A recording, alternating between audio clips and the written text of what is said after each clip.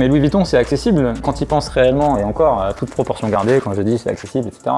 Mais déjà il y a plein de contrefaçons, Louis Vuitton ça a été urbanisé en fait, Louis Vuitton, ça s'est vachement urbanisé. Après moi j'aime bien cette marque, mais les marques avec des très très gros logos c'est aussi pour dire je possède ça.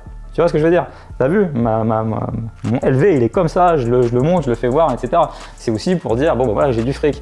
Et la vérité c'est qu'on sait que beaucoup qui ont des gros logos, plus le logo est apparent et plus il veut te montrer qu'il a une grosse marque, etc.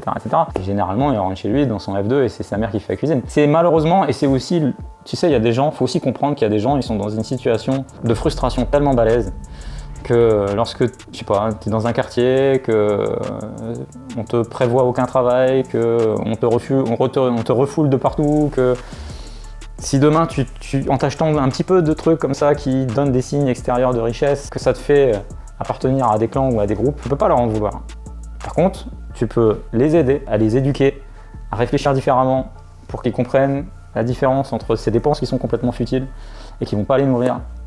Mine de rien, cette phrase elle est vachement connue, tu achètes des trucs qui ne te servent à rien pour plaire à des gens qui ne t'intéressent pas. De réfléchir et d'apprendre réellement comment fonctionne le système financier, l'argent, comment faire, comment le développer, comment le faire fructifier, c'est beaucoup plus important que de faire croire, mine de rien, que tu en as. Et puis de toute façon, ça dure jamais bien longtemps. En faire croire que tu en as, parce qu'il y a aussi une différence entre être riche et être fortuné. Il y a un fossé entre être riche et être fortuné.